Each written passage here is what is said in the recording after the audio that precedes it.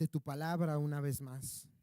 Señor, reconocemos que somos como niños necesitados de ti, Señor, necesitados de nuestro Padre eterno, nuestro Padre celestial, Señor.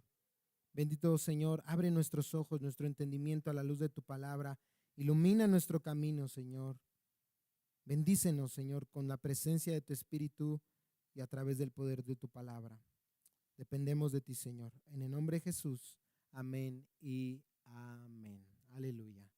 Bueno, hermanos, como saben, hemos estado estudiando progresivamente la carta del apóstol Pablo a Tito. Ahí lo puede buscar en su Biblia, la carta del apóstol Pablo a Tito. Ya hemos avanzado en el capítulo 1 y nos encontramos en el capítulo 2, en la porción que va del versículo 1 al versículo 10.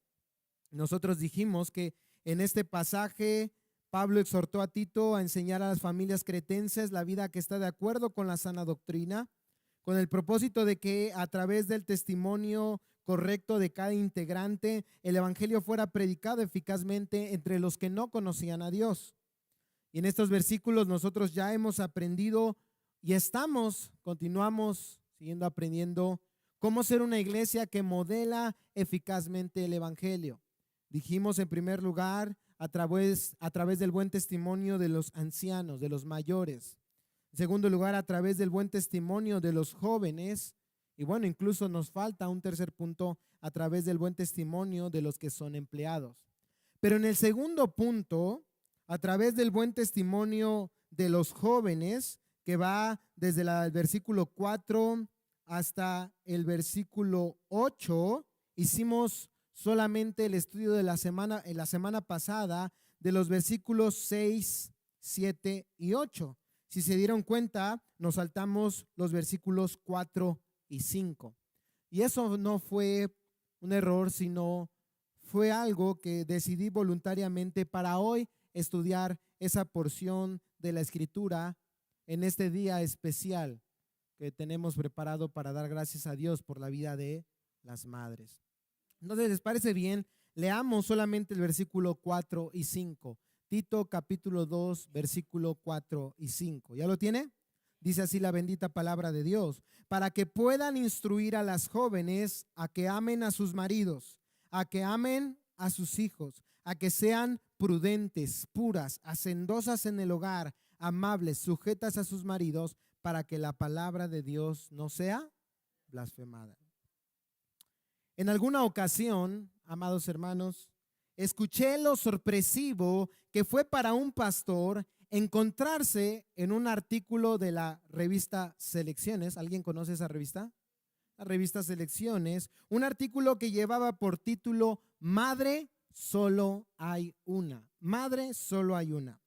El artículo era la historia de una mujer que había trabajado fuera de casa por muchos años.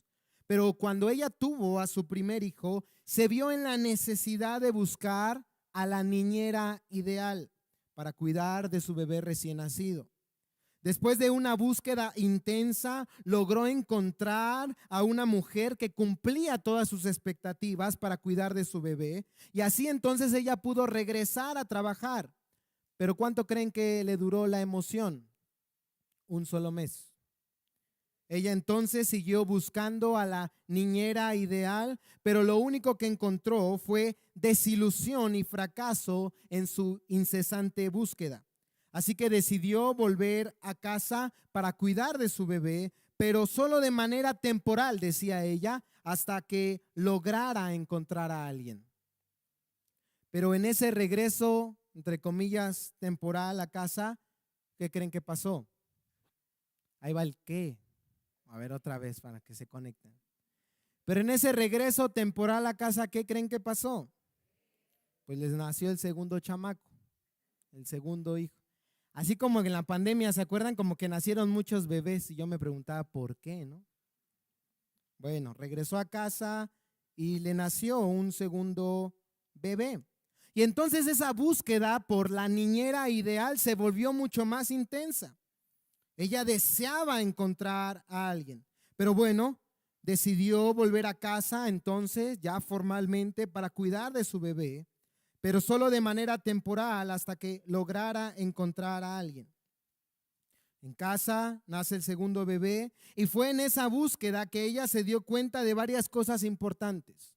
Número uno, que gran parte de las mujeres prospecto para ser las niñeras ideales eran tan preparadas en estudios que su salario representaría gran parte de lo que ella ganaría si volviera al trabajo.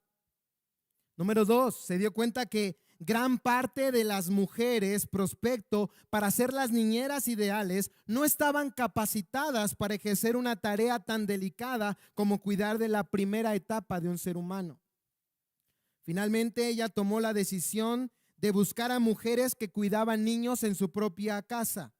Pero con el paso del tiempo se dio cuenta de dos problemas: que a veces esas mujeres aceptaban cuidar a más niños de lo que en realidad podían cuidar, y también que muchas de esas mujeres cuidaban a la par a sus propios hijos. Y ella decía, bueno, si yo dejo a mis hijos con ellas, cuando exista un conflicto, esas mujeres naturalmente, ¿a quién van a preferir? A sus propios hijos. La autora concluyó de la siguiente manera su artículo. Escucha bien. Con el tiempo, dice ella, aprendí una lección importante gracias a la búsqueda de atención para mis hijos. Por más licencias que otorguemos, pautas que establezcamos y dinero que paguemos, es imposible ejercer un control de calidad en la capacidad de un ser humano para amar a otro u ocuparse de él. Escucha bien, yo había deseado los servicios de una persona cariñosa que tuviera sentido del humor y una actitud vivaz, alguien que fomentara la creatividad de mis hijos, que los llevara a lugares interesantes, contestara todas sus preguntas y los arrullara hasta que se quedaran dormidos. Lenta y dolorosamente llegué a una pasmosa conclusión. La persona que andaba buscando, la que había tratado con desesperación de encontrar, era yo mismo. Hermanos, madre solo hay una. Esta verdad no era puesta en duda hace muchos años. Las madres, hermanos, sabían bien que la tarea de criar a los hijos no era de otra mujer. La tarea de criar a los hijos era de la que engendraba y daba a luz vida. Sin embargo, los tiempos han cambiado, y mucho. Y hemos comprado lo que se ve en la tele, en las películas y en las redes sociales. La falsa idea de que una mujer realizada es solo la mujer ejecutiva, ¿no es cierto? Esa mujer trajeada, con bolsillo en mano y zapatillas altas, a la que siempre se le ve sonriente a causa de su grado académico, el respeto que le dan los demás y el salario del que goza. A diferencia de la mujer mediocre, dicen algunos, que como no estudió, pues no le quedó de otra más que ser ama de casa, cuidar de los niños, cuidar del hogar. A diferencia de la primera, a esta no siempre se le pinta sonriente y bien vestida, sino todo lo contrario. No trajeada, sino siempre ajetreada, ocupada en los quehaceres del hogar, con un chongo, o si bien le va, con un pañuelo, ¿no es cierto? Y sin poder pensar más allá del hogar. Dicen algunos, una mediocre. Como dije hace unas semanas y lo sigo sosteniendo, amados hermanos, para mí no hay movimiento que denigre más a la mujer que el feminismo radical actual. Pero aunque los tiempos cambian, la palabra de Dios, hermanos, permanece. Porque aunque para muchos el papel de la mujer en el hogar ha pasado a ser de poca estima e importancia, para la palabra de Dios no. Mientras unos denigran a la mujer en el hogar, la Biblia ensalza la importancia de su papel como esposa y como madre. Quiero aclarar algo desde el principio. Nosotros no estamos en contra de que la mujer trabaje. La mujer de Proverbios 31, de hecho, es una mujer que sale para trabajar y es una mujer que la Biblia alaba. Ni tampoco estamos en contra de que la mujer estudie. Muchas mujeres siguieron a Jesús y estudiaron la palabra de Dios a los pies del maestro. Tampoco estamos en desacuerdo que la mujer desarrolle todo el potencial que Dios le ha dado. Pero en lo que sí no estamos de acuerdo es que esto se logrará destruyendo los roles que Dios ha dado tanto a mujeres como a hombres en el hogar. Porque ambos roles son igual de importantes, hermanos. Al hombre se le ha dado el rol de liderazgo, de servicio, de provisión y de protección, y a la mujer el honorable e importante servicio de la sumisión, el servicio, el amor, el cuidado hacia el esposo y hacia los hijos. Y ni un amén hubo. Pensaba que iba a encontrar aunque sea un amén. Repito. Y a la mujer se le ha dado el honorable e importante servicio de la sumisión, el servicio, el amor y el cuidado hacia el esposo y los hijos. Bueno, ya aumentó aunque sea un poquito.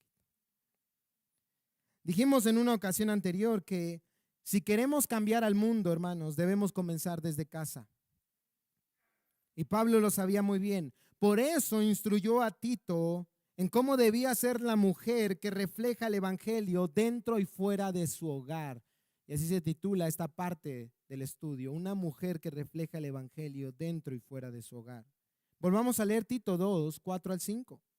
Dice el texto: para que puedan instruir a las jóvenes a que amen a sus maridos, a que amen a sus hijos, a que sean prudentes, puras, hacendosas en el hogar, amables, sujetas a sus maridos, para que la palabra de Dios no sea ¿qué?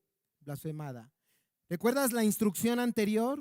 La instrucción anterior fue hecha a mujeres también, mujeres ancianas, mujeres mayores de 40 años. Estas mujeres de más de 40 años debían ser, como dice el versículo 3 en la Reina Valera 60, maestras del bien. Una de las características de una mujer que ha conocido la gracia de Dios es que no solo vive una vida de integridad, sino que también enseña a las siguientes generaciones a hacer lo mismo, especialmente a las mujeres más jóvenes. Y recuérdalo, el término joven aquí se refiere a una mujer entre 12 y 40 años de edad.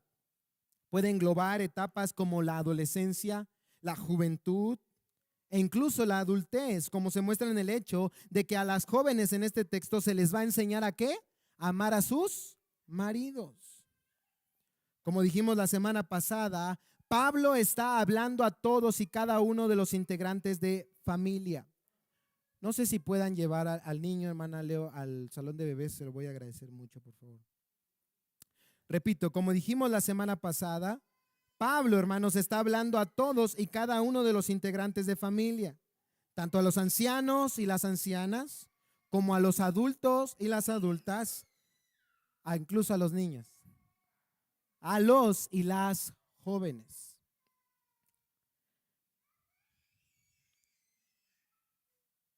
Las mujeres mayores, hermanos, que han creído en el evangelio, dice el texto, deben enseñar lo bueno, primordialmente con un propósito, versículo 4 una vez más, para que puedan instruir a las jóvenes a que amen a sus maridos, a que amen a sus hijos. Aquí encontramos, amadas hermanas, el primer deber de toda mujer que ha conocido el evangelio. ¿Cuántas de aquí han conocido el evangelio? Las buenas noticias de lo que Dios ha hecho y sigue haciendo a través de la vida, muerte, resurrección y ascensión del Señor Jesucristo a favor de nosotros los pecadores. El primer deber de toda mujer que ha conocido ese glorioso mensaje del evangelio es el amor. Normalmente, en el contexto de Pablo, el matrimonio y la maternidad en una mujer a cierta edad era lo más común. De ahí que el requisito del amor se pida reflejado primordialmente en amor. ¿Hacia quién? Hacia el marido y hacia sus hijos. El amor, hermanas, ocupa un lugar muy importante en las Escrituras, pues el amor, nos enseña la palabra de Dios, es algo que sí o sí se manifestará en alguien que ha sido derramado el amor de Dios. El amor hacia otras personas es el resultado del amor de Dios hacia nosotros. Por eso tú te acuerdas, ¿cuál es el primer fruto del Espíritu enlistado en Gálatas 5:22? Mas el fruto del Espíritu es amor. Siempre lo que esté en la Biblia, particularmente en el Nuevo Testamento, en primer lugar, es que tiene más prominencia que todo lo demás. El amor. Y Pablo, ¿te acuerdas lo que le dice a los corintios? Acompáñame a Primera de Corintios, capítulo 13, versículos 1 al 3. Primera carta del apóstol Pablo a los Corintios, capítulo 13, versículos 1 al 3.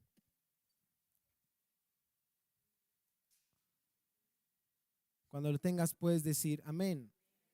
Primera de Corintios 13, 1 al 3. ¿No está la hermana Hulda? Hermana Hulda, ¿le podría ayudar a nuestra hermana Reina, por favor, a encontrar el texto? Gracias.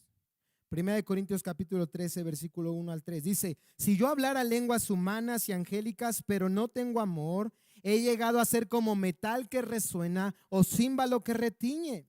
Y si tuviera el don de profecía y entendiera todos los misterios y todo conocimiento, y si tuviera toda la fe como para trasladar las montañas, pero no tengo amor, ¿qué dice el texto? Nada soy.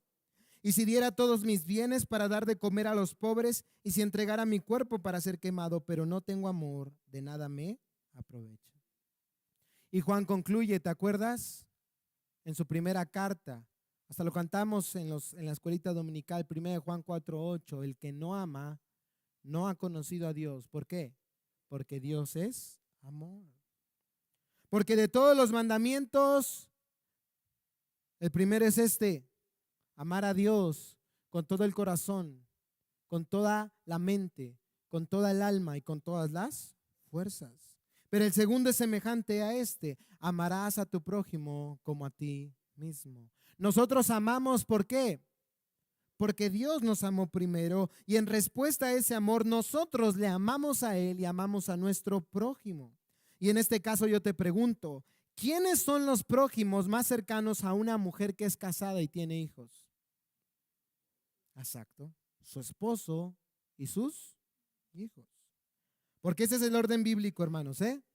Primero el cónyuge, después los hijos, porque los hijos se van, pero tú te has unido en una sola carne con una persona, ¿hasta cuándo? Hasta que la muerte los separe. Y el texto, volviendo a Tito capítulo 2, nos dice que las mujeres deben ¿qué? Amar a sus maridos, amar a sus hijos. Y el texto, si te das cuenta, no pone condiciones. No dice, si el esposo o los hijos son dignos de ese amor, ámalos. Si el esposo es perfecto, ámalo. Si los hijos son perfectos, ámalos. Si el esposo es creyente, ámalo. ¿Eso es lo que dice el texto? No. ¿Sabes por qué? Porque el amor verdadero es incondicional.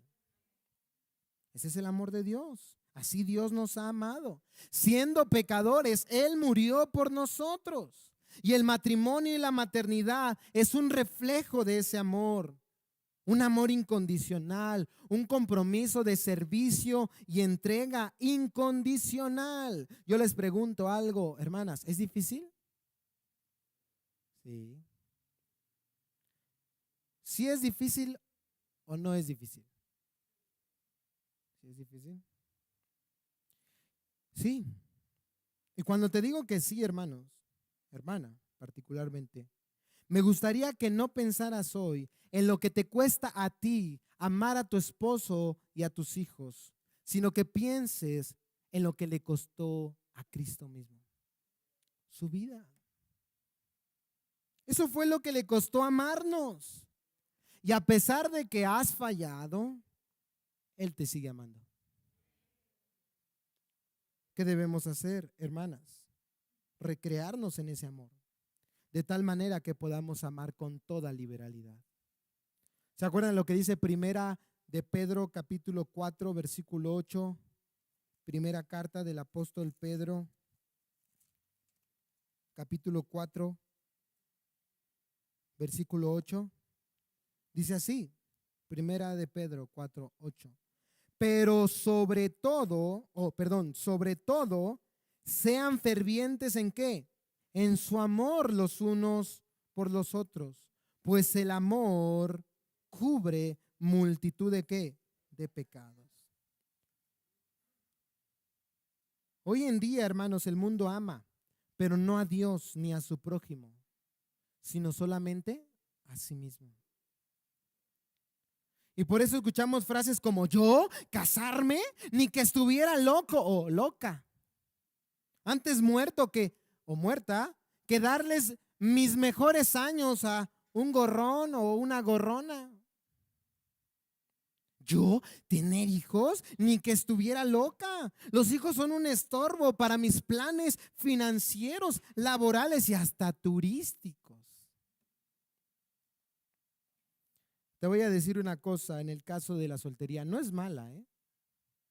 Incluso la Biblia dice que es mejor estar soltero que casado, pues así se tiene más tiempo para servir al Señor. Pero exacto, es para servir al Señor, porque si tú crees que vas a encontrar la felicidad viviendo para ti mismo, estás muy equivocado. La Biblia nos enseña que la verdadera felicidad se encuentra en vivir para Dios y vivir para los demás. ¿Sabes por qué? Porque esa vida es una vida con propósito. Mira lo que dice Lucas capítulo 9, versículos 23 y 24. Lucas capítulo 9, versículos 23 y 24. Y observa este patrón de las Escrituras. Lucas 9, 23 y 24. Dice así, hablando Jesús, Lucas 9, 23 y 24. Y a todos les decía, si alguien quiere seguirme, niéguese a sí mismo, tome su cruz cada día y sígame. Porque el que quiera salvar su vida la perderá, pero el que pierda su vida por causa de mí, ese la salvará. Hermanos, hermanas, este es el patrón de las Escrituras. Sacrificio y autonegación trae como resultado gozo y satisfacción. En cambio, comodidad y vano placer trae como resultado falta de propósito e insatisfacción. ¿Por qué crees que los que optan vivir para sí mismos terminan vidas en soledad, miseria e insatisfacción? ¿Por qué crees que hoy en día, y me duele decir esto, y lo digo con dolor en mi corazón, la principal causa de muerte en nuestros jóvenes es el suicidio? No es porque les falte amarse más, todo lo contrario. Lo que les hace falta es dejarse de amar un poquito y empezar a amar más a Dios y amar más a su prójimo. Vivimos en la era del placer, de lo instantáneo, de lo remoto. Los jóvenes ya no conocen lo que es trabajo duro y sacrificio. Y los padres son en gran parte responsables de eso. Y déjenme decirle algo, lo único que van a encontrar sus jóvenes detrás del celular, y lo dicen los científicos, y el celular, y el celular, y más el celular, es depresión, es ansiedad, y finalmente, suicidio. Lo que les hace falta darse cuenta a esos jóvenes es que sus problemas no son los únicos ni los más grandes del mundo. Que si dejaran a un lado un poco su egoísmo y su amor propio, se darían cuenta de que hay gente con dificultades más grandes que la de ellos.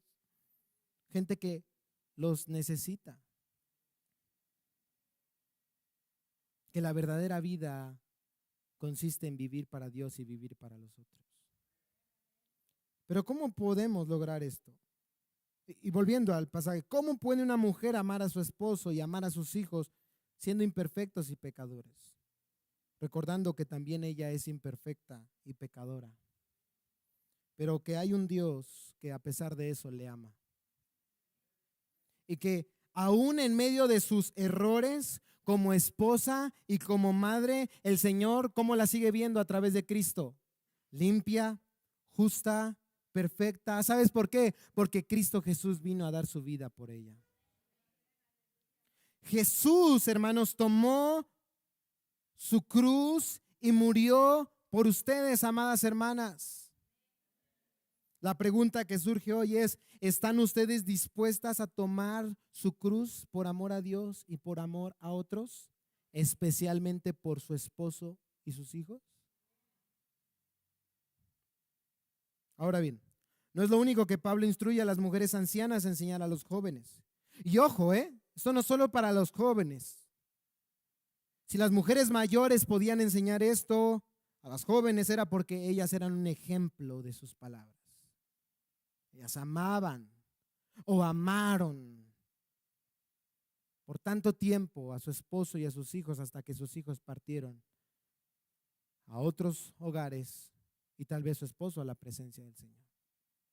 Y ellas con el ejemplo enseñaban a las jóvenes a qué: amar al esposo, amar a los hijos. Y no solo eso, también dice el versículo 5, volviendo a nuestro pasaje, Tito capítulo 2, versículo 5, a que sean prudentes, puras, hacendosas en el hogar, amables, sujetas a sus maridos. Déjame decirte algo: si la base es el amor, esto que sigue está garantizado, ¿eh? El amor por Dios y por los demás es la fuerza para ser prudentes, dice el texto. Esta característica es tan importante, recuerda lo que ya se ha pedido de los ancianos, versículo 2, y también de los jóvenes, en el versículo 6. Incluso una hermana dirá tal vez que no vino la semana pasada: ahí siempre se encanijan con las mujeres. No, le echamos a los hombres la semana pasada, y velo en YouTube. La palabra de Dios va para todos. Todos tenemos un deber, tanto hombres como mujeres. Hablando de acerca de esta palabra prudente, lo hemos dicho en anterior ocasión, pero lo repito: una persona prudente es una persona sana de mente y de corazón, dueña de sí mismo, sobria y sensata, que tiene sus pasiones, convicciones y prioridades controladas, equilibradas y bien establecidas. Normalmente son los y las jóvenes quienes están caracterizados no por el autocontrol y el dominio propio, sino todo lo contrario, por el desenfreno y las pasiones desordenadas. Pero acabamos de ver, hermanas, lo que nos da el poder para vivir de acuerdo a la voluntad de Dios: el amor. El amor de Dios por nosotros, que nos impulsa a amar a los demás y a tener dominio propio en nuestra vida para no pecar contra Dios y hacer daño a los demás. Hay hombres, hay mujeres que prefieren su pecado incluso a costa de su propia familia. ¿Cierto o no? Eso da testimonio de que no han conocido el evangelio. Pero alguien que ha conocido el evangelio es prudente, dueño de sí mismo. Y si las mujeres son prudentes, entonces eso trae como resultado mujeres puras, dice el texto. Es decir, mujeres que viven de acuerdo con la santidad de Dios, en obediencia a su palabra y cada vez más libres de la contaminación de este mundo. A mí me dio tristeza, hermanos, a principios de este año leer que nuestro país ocupa el 5º lugar a nivel mundial en consumo de pornografía. Este es un problema que se ha venido desarrollando fuertemente en nuestro país desde esta monstruosa industria que busca hacer dependientes de este mal a nuestros jóvenes. Pero todavía me causó más tristeza saber que ya no solo los hombres son quienes consumen este mal, sino que para el año anterior, el año 2022, por lo menos en nuestro país, aumentó el consumo entre las mujeres al punto de empatar prácticamente en un 50-50 a los hombres.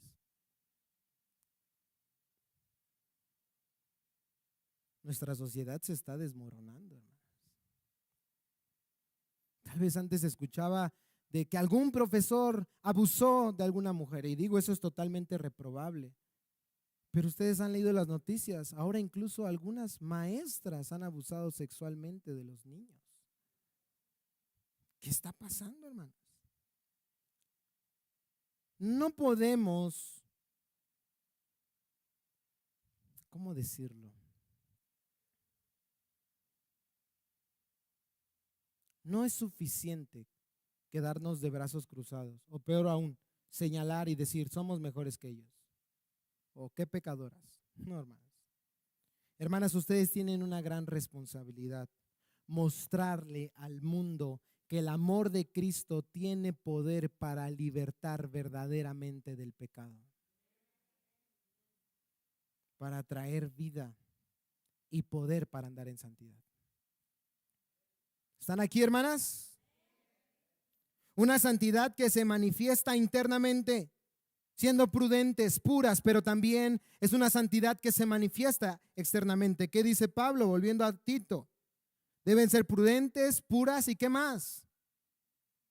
Dígalo fuerte. Hacendosas, ¿en dónde? En el hogar. Y dice una hermana, ¿qué significa eso en el griego, pastor? Porque no está muy claro.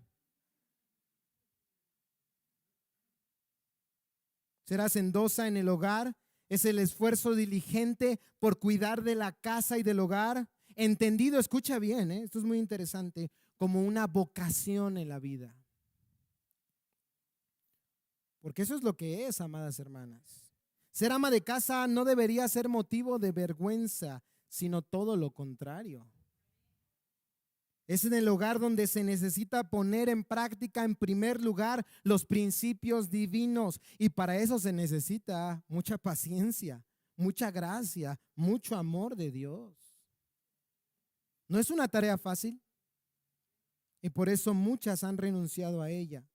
Pero hay algo más grande que nuestra debilidad, hermanas, y es el poder de Cristo. Es ese poder, hermanas, es ese poder quien les ayudará a ustedes a criar a sus hijos en la disciplina del Señor. Es ese poder de Cristo quien les ayudará a soportar dificultades, enfermedades, tiempos de escasez, tiempos de lluvia y tempestad. Tiempos donde parece que el hogar se va a caer, pero nunca lo olvides, ese hogar está fundamentado, si así lo has hecho, en la roca que es Cristo. Y eso se observa en una mujer que es capaz de no solo hacer los quehaceres del hogar, sino también lo más importante, doblar diariamente sus rodillas y su corazón ante Dios, porque ella sabe que al final del día es Dios quien sostiene su hogar. Y eso se manifiesta a otros, dice Pablo, no solo siendo hacendosas en el hogar, sino también amables o buenas, como traduce la Reina Valera 60. Es decir, una mujer que siempre da una buena cara ante los buenos y malos tiempos, tratando bien incluso a aquellos que no lo merecen, porque ella conoce un amor tan grande que es capaz de perdonar lo imperdonable, de soportar lo insoportable y de seguir amando incondicionalmente, el amor de Cristo. Es ese amor que a las mujeres cristianas casadas les permite, dice el texto, vivir sujetas a sus maridos. ¿Te acuerdas lo que dice Efesios? Acompáñame, capítulo 5, versículos 22 al 24. Efesios 5, 22 al 24.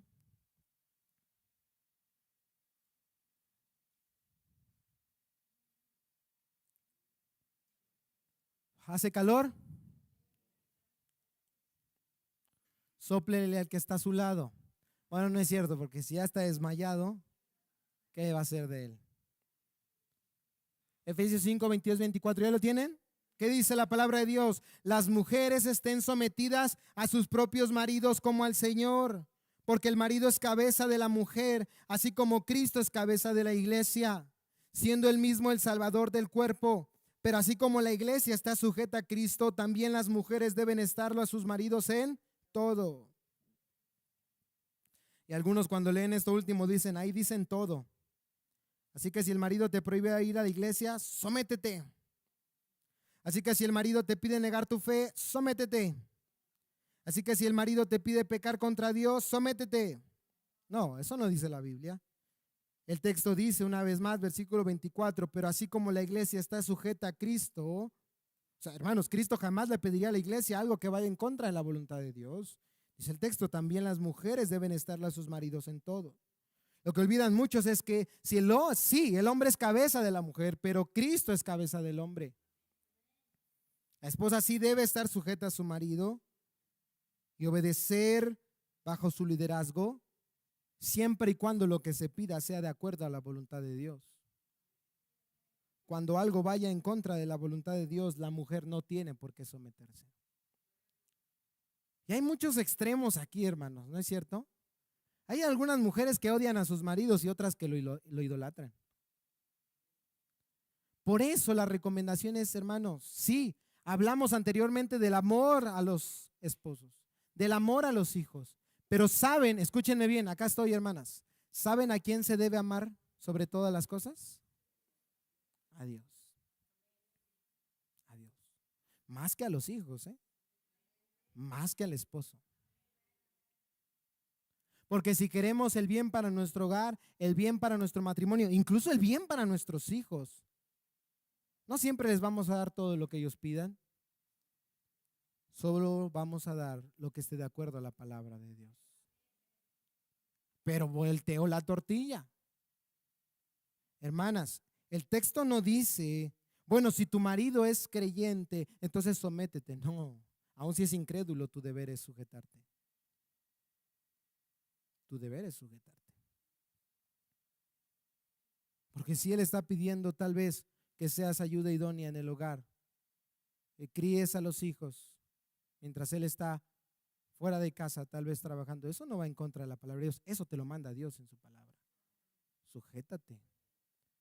Marido perfecto, solo Cristo, hermanos. Y no digas como algunas, ay, hermano, es que yo no sé si era la voluntad de Dios. Estás con él, ¿no? ¿Cuándo Dios iba a poder obrar en ti la paciencia, la gracia, el amor incondicional si te daba un esposo perfecto? Te dio uno igual a ti, pecador. Somos pecadores todos. ¿Eres pecadora, hermana? Por eso busca a Cristo. No te despegues del evangelio y deja que Dios obre en tu vida y en tu matrimonio a través del poder de la palabra de Dios. Otra vez sabemos que es difícil, hermanos. Recuérdalo, a Cristo le costó la vida misma. A nosotros ya no nos va a costar la vida. Solo morir a nuestro yo y humillarnos ante nuestro Dios, hermanos.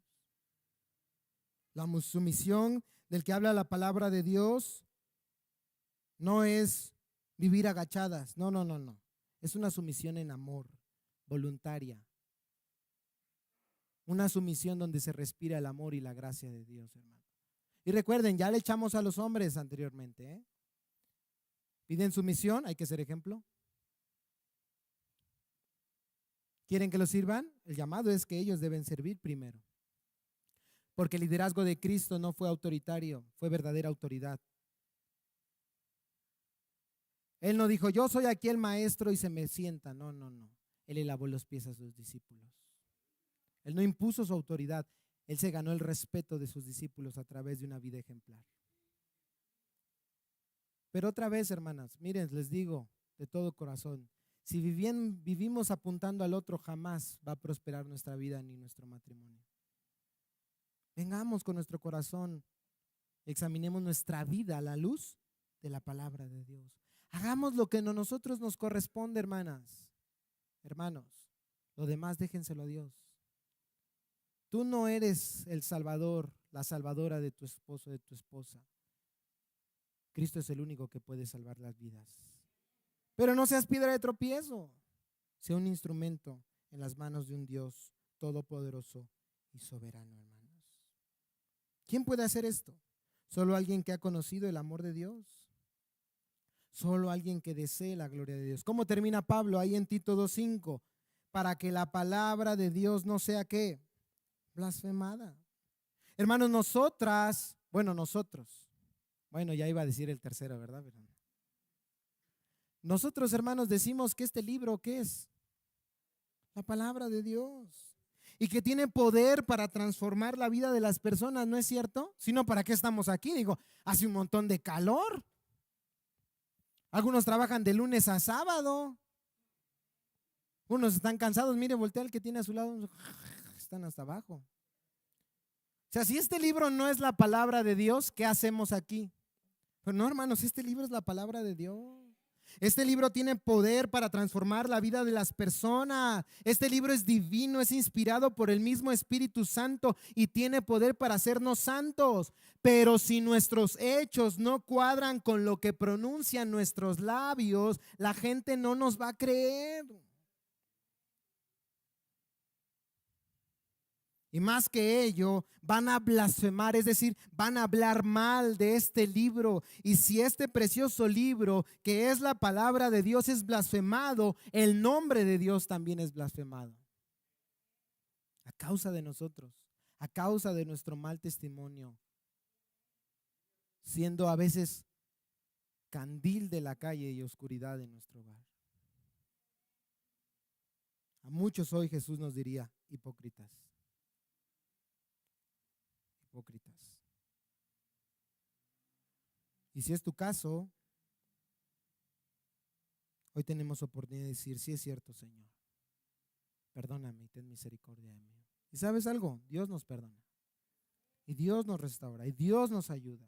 Y por eso deseamos la gloria de Dios, no que el nombre de Dios sea blasfemado. Deseamos la gloria de ese Dios que nos ha amado.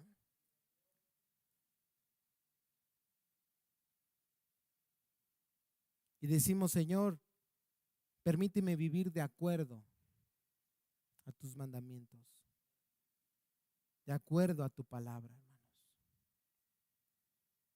Como esa mujer que les conté desde el principio. Ella salía a trabajar. Es difícil, ¿eh? Mis respetos para mujeres que son bivocacionales en el hogar y en el trabajo. Mis respetos. Y buscó una niñera ideal una y otra vez para sus 2 hijos. Y pedía requerimientos.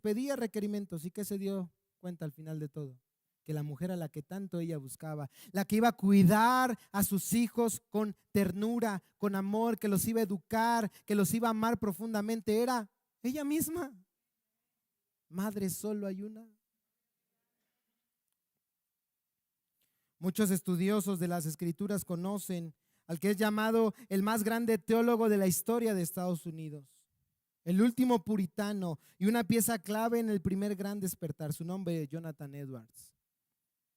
Edwards es conocido por su gran intelecto, su inagotable fe y su pasión por Dios. Él sirvió incansablemente a la iglesia americana por largos años. Pero lo que algunos no saben es que a un lado de ese hombre de Dios estaba una mujer de gran amor por Dios, por sus hijos y su familia. Su nombre es Sarah Edwards. La tarea de Sarah no fue nada fácil. Ella estaba casada con un ministro reconocido en Estados Unidos y eso conllevaba un gran sacrificio y esfuerzo. Las tareas que conllevaban el ministerio de su esposo se juntaban también con las largas tareas del hogar. En los tiempos difíciles que le tocó vivir a Sara, eran tiempos donde mantener con vida a los hijos conllevaba un esfuerzo prácticamente sobrenatural, porque las enfermedades estaban a la vuelta de la esquina.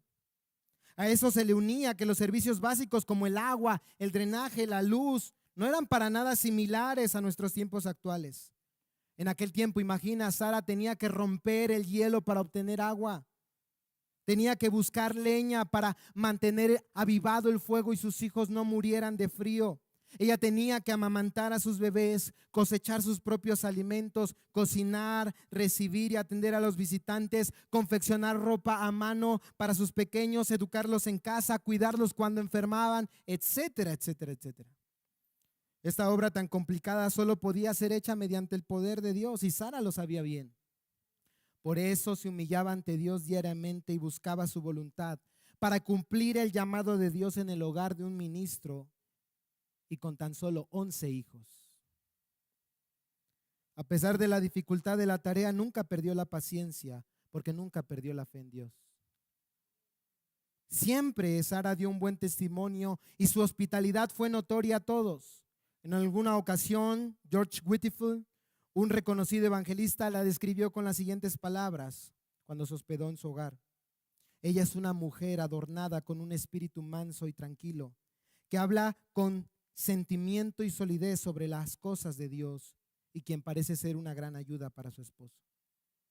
El 2 de octubre de 1758, Sarah Edwards, después de un viaje para recoger a sus nietos debido al fallecimiento de su hija y de su yerno, contrajo disentería, causándole la muerte a los 49 años. Casi 2 siglos después se realizó un estudio acerca de la tarea desempeñada por el hogar de Jonathan y en especial de Sarah Edwards, diciendo que lo que había hecho esta familia había alcanzado frutos notables y sobresalientes. Para aquel entonces la familia Edwards se había multiplicado cerca de 1,400 miembros, entre los cuales sobresalían, escucha bien, 13 presidentes de colegios universitarios, 65 profesores, 100 abogados y un decano de una escuela de leyes, 30 jueces, 66 médicos y un decano de una escuela de medicina, 80 titulares de cargos públicos, incluyendo 3 senadores estadounidenses, alcaldes de 3 grandes ciudades, gobernadores de 3 estados, un vicepresidente de los Estados Unidos y un controlador del Tesoro de los Estados Unidos. A esto se sumaban pastores y misioneros para la obra de Dios. Tal vez Sara, hermanas, no alcanzó a ver los frutos de su esfuerzo, pero ella sabía una cosa, que Dios era fiel, que su amor era fiel y que valía la pena mostrar el evangelio ante el mundo y principalmente ante sus hijos y ante su esposo en el hogar. Ella sabía eso, que madre solo hay una. Y entre todos los roles de las mujeres había uno que era prominente y que podía dar un gran fruto. Sara Edwards deseaba la gloria de Dios. Por eso déjame terminar con una reflexión que leí hace unos días. Una mujer que se dedica a la crianza de los niños en el hogar no es una mujer perezosa. Una esposa devota que por amor sirve a su esposo no es una mujer mantenida, agachona. Una mujer que decide voluntariamente dedicar sus mejores años a la instrucción y formación de sus hijos, asegurándose que crezcan fuertes, inteligentes y honorables en cuerpo y alma, no es una mujer no realizada. Todo lo contrario, es maestra de maestras. Una mujer que no trabaja fuera del hogar porque dedica todos sus días y todas las horas del día, incluso mientras duerme en la noche, para asegurarse que su casa esté en orden, que sus hijos estén creciendo en personas honradas y que su marido esté satisfecho y toda la casa prospere en paz. No es una mujer inútil con un potencial sin explotar. De hecho, es la mujer más realizada, pues con su vientre gesta la vida, que sin ella ninguno de nosotros estaríamos aquí. Con sus senos ella nutre la vida y con sus manos laboriosas construye hogares hermosos y con esto embellece y transforma toda la sociedad. Puede ser que este no sea el camino que elijas, joven mujer modernizada, pero por favor, no desprecies cuando veas a una mujer valiente que elige este camino en tu generación. Porque de todas las profesiones, esta es de la que más dependemos todos. Bendita maternidad, bendita la mujer virtuosa, bendito el Dios que les ha salvado. Muchas mujeres hicieron el bien, pero tú sobrepasas a todas. Amén. Demos una ofrenda de palmas a nuestro Dios por la vida de nuestras madres.